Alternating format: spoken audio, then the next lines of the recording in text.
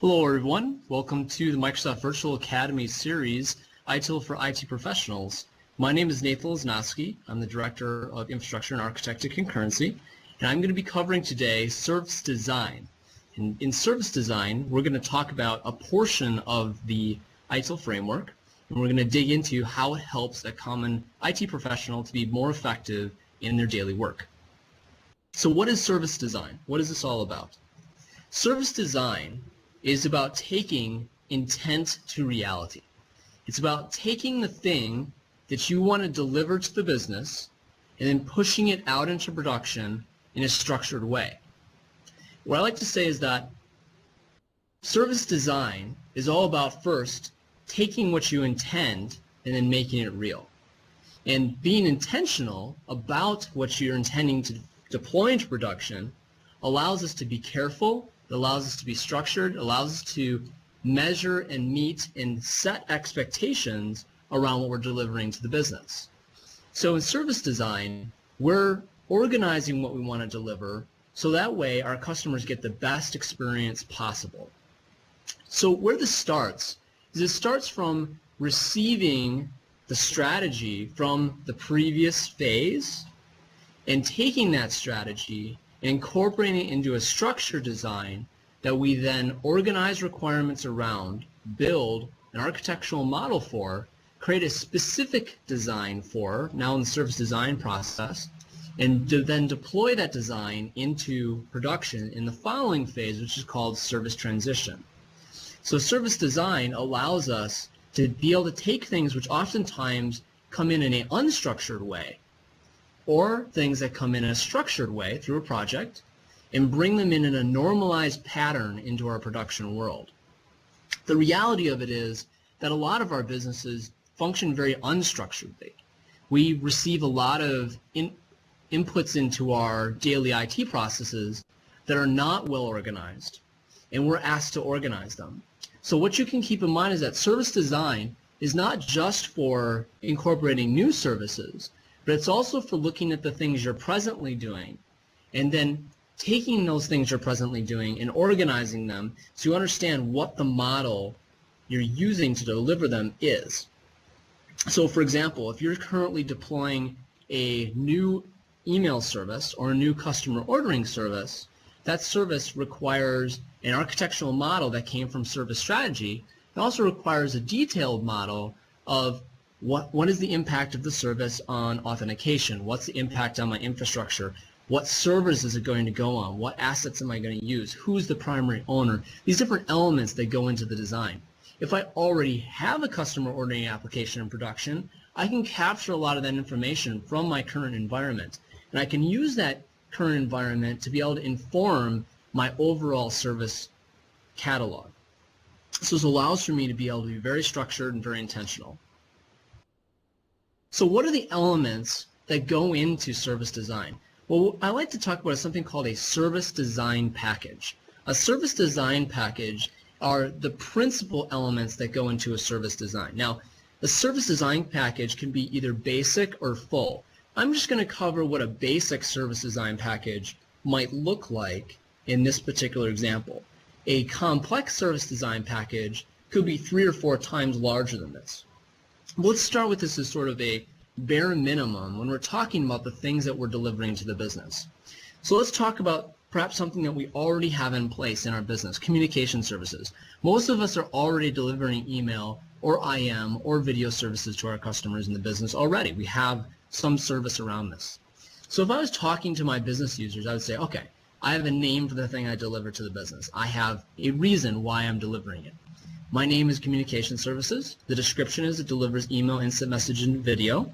It has a criticality to the business. So it's either something that sort of is a benefit to us, it makes us more efficient, it provides a sort of secondary benefit to the business, or it's something like a business critical application. For a lot of companies, email is a business critical application. It's necessary for us to be able to make money. It's necessary for us to be able to serve our customers.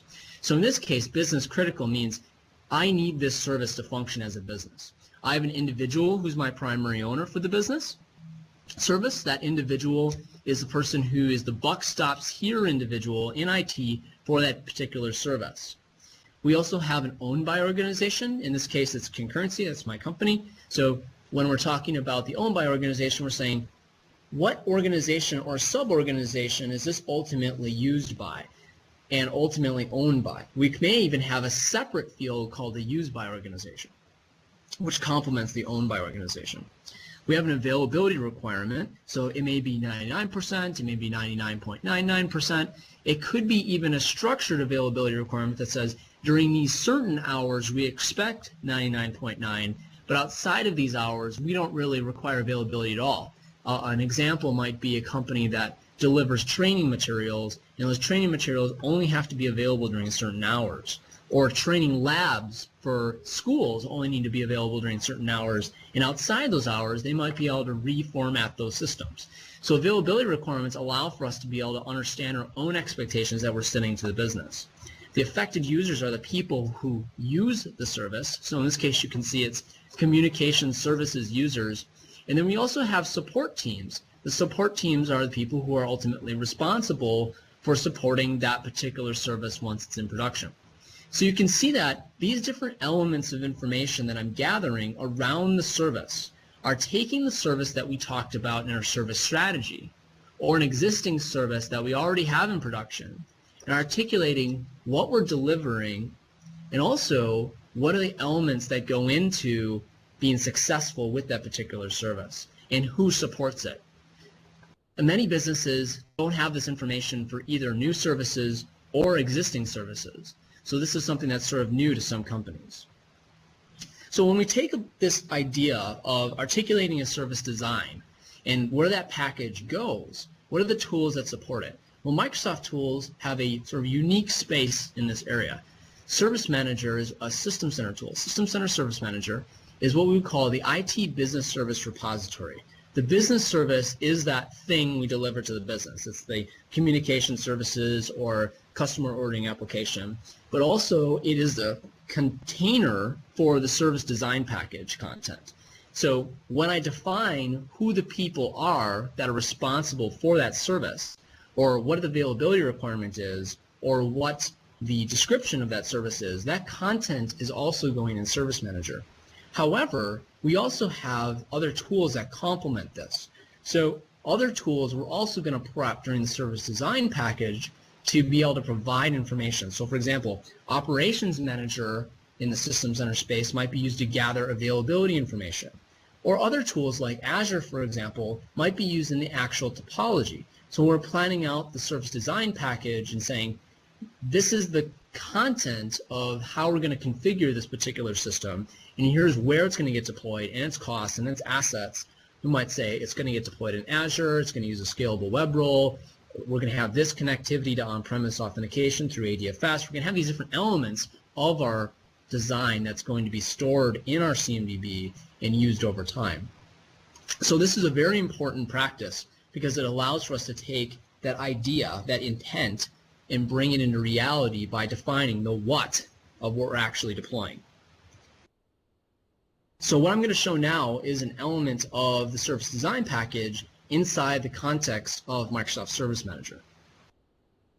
All right, so now you can see that we are inside the console of Microsoft System Center Service Manager.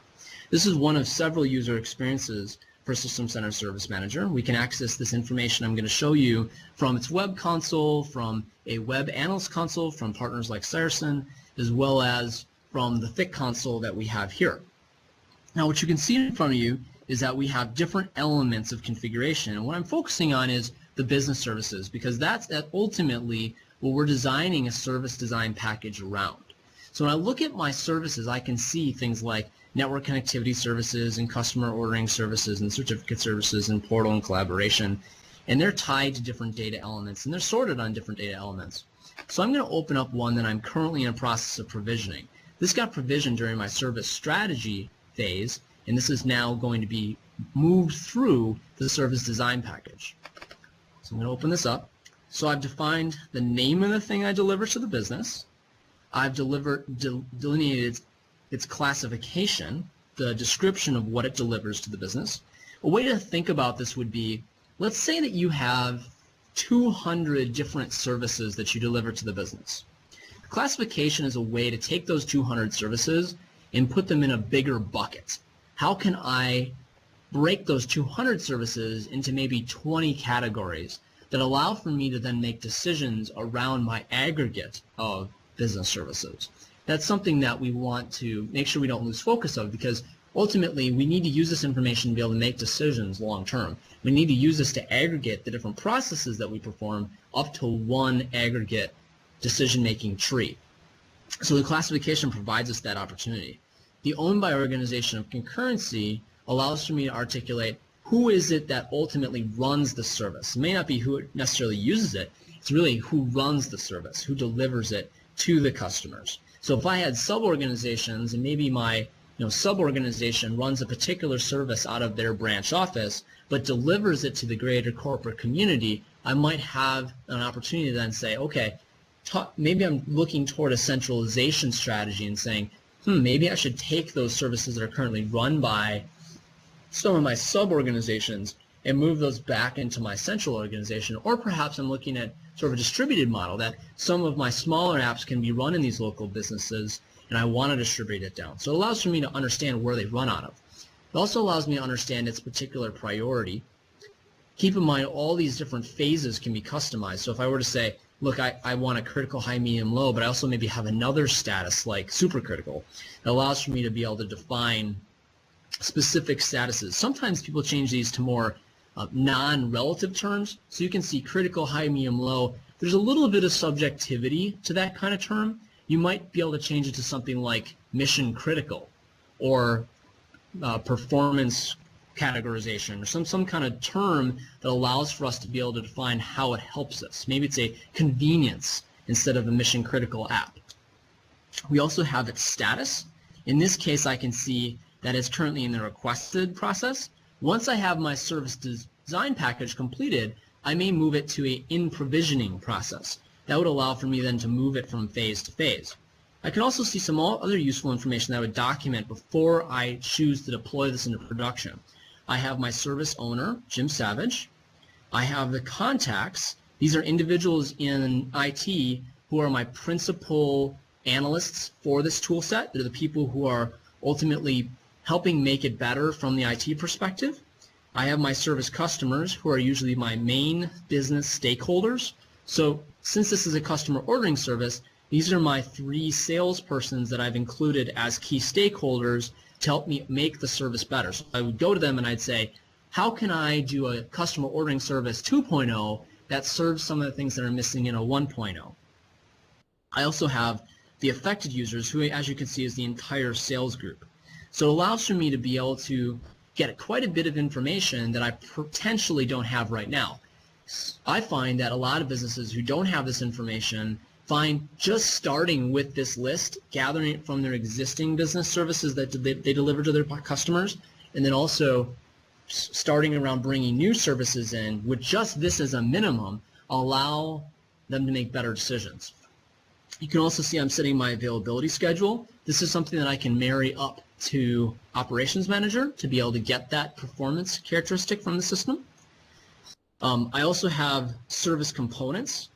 So service components can contain elements of that service as well as related items. So you can see, for example, that I have a change request related to the deployment of my customer ordering application that exists within the context of my service design package.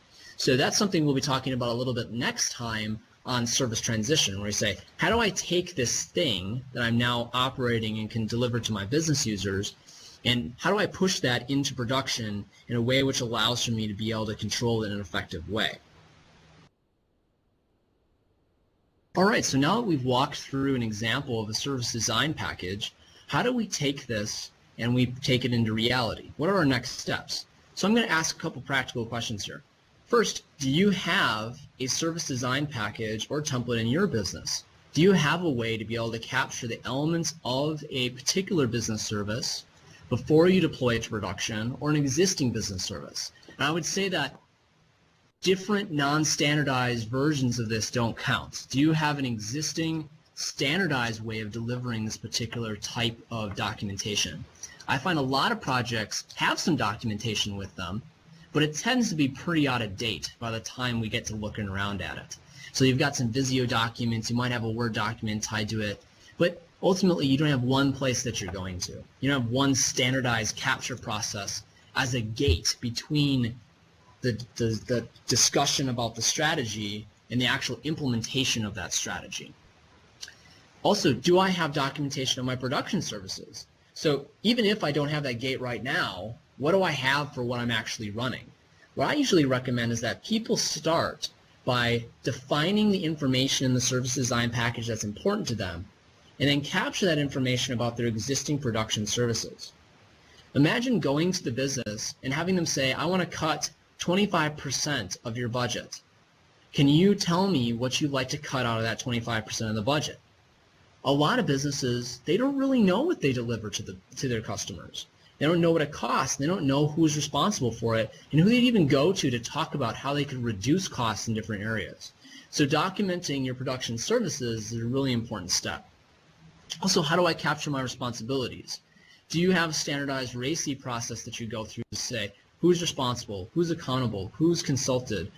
So how do I know who I'm actually including in these individual service design processes, and also how do I know who's supporting these later? How do I document my designs? And then finally, if I'm not defining what it is I'm delivering, and if I'm not defining what it is that I have as that builds up into what I'm delivering, and I'm not defining my actual expectations, how do I measure my performance? So this is really all about defining, before I put it into production, how I'm measuring the performance of my application, how I'm measuring my performance supporting my application, and how do I set expectations for not just end users, but also my IT people to deliver on those expectations. So you'll find that the things we're talking about here will flow into the next discussion on service transition. And we're really going to start getting our feet in the mud talking about how do I take this particular service I've designed and document it in my business service catalog. How do I take that service design and I push it into the production state? So next time we'll talk about service transition, we'll talk about planning for the movement to production, and we'll talk about the idea of a pre-flight checklist and what that means for our service transition process. Thank you very much for listening to the podcast today, and I'll see you next time on Microsoft Virtual Academy.